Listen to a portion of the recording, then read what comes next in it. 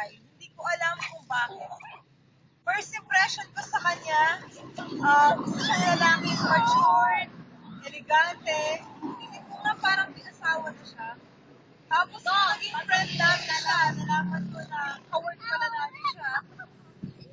Kabaliktaran lahat ng impression ko, promise. Siya, napakakalog.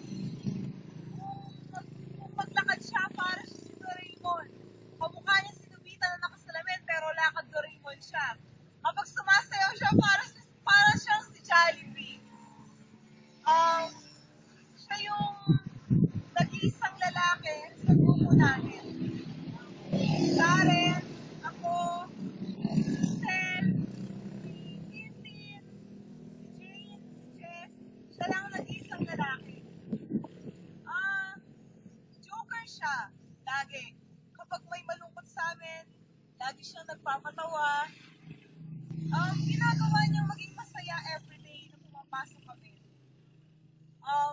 Siya yung tipo na napakalambing, very caring sa amin dahil nga sa mga babae yung mga kasama niya. At sobrang mapang-ines, sobrang mapang-asar. Alam niyo ba na si Aris hindi matatahimik, hindi makukuha ang araw niya nang hindi ako iniinis o hindi ako inaasar. Lagi na lang niya ako pinagtitripan, walang araw na hindi niya ako pagtitripan. Ewan ko ba, masaya siyang lagi ako iniinis, lagi ako inaasar. Tapos, kapag ako naman, inaasar siya o iniinis siya, nabubuso siya sa akin, isa lang ang ginagawa niya. Fuck! Ganun lang yung ginagawa niya. Pero, kahit na sa kabila ng pagiging mapang-asar niya at mapang-ines, siya yung kaibigan na maaasahan. Super. Siya yung lalaki, napaka-gentleman, napakabait, napaka-caring, napakagalante. Kasi kapag umuwi kami, kapag bumibili siya ng tinapay sa Henson, lagi na lang niya ako kapag may gusto siyang kainin, hindi pwedeng hindi ako kakain. Kasi ang lagi niya sinasabi, naawa daw siya sa akin. Wala ka namang kumain daw siya mag-isa. Pero sa totoo, alam ko, napakabait ng tao. Siya, mukha siyang kumbay.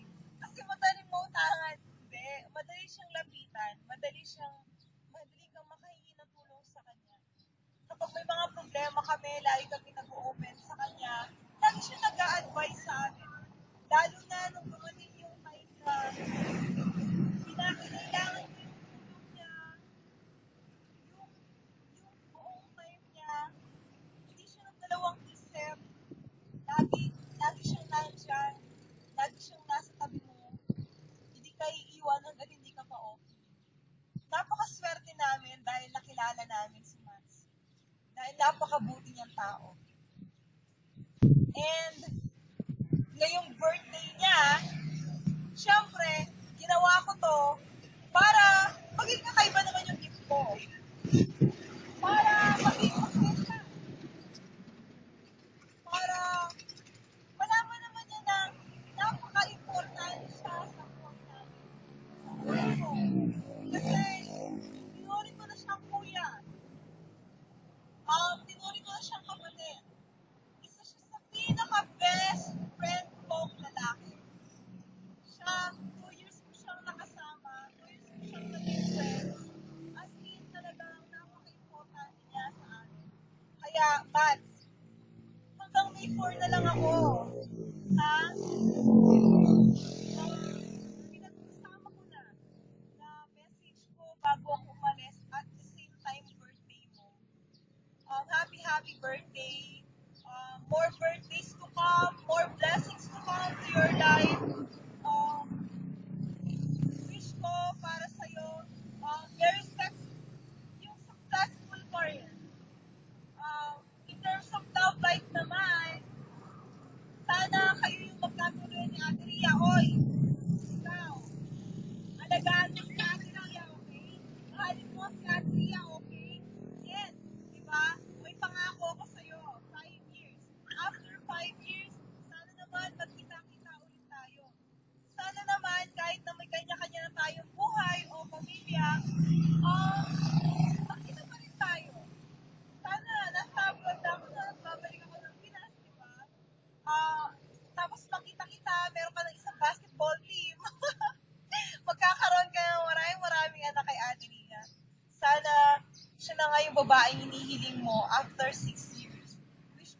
para sa'yo. Happy, happy, happy, happy birthday, man! At, hindi lang yan. Hindi yan tatapos dyan. Kakantahan kita. Kasi, alam mo naman, ako si Chino Dal, di ba? Kakantahan kita. Ah, ano kasi yun? Natatandaan mo ba tong song na to?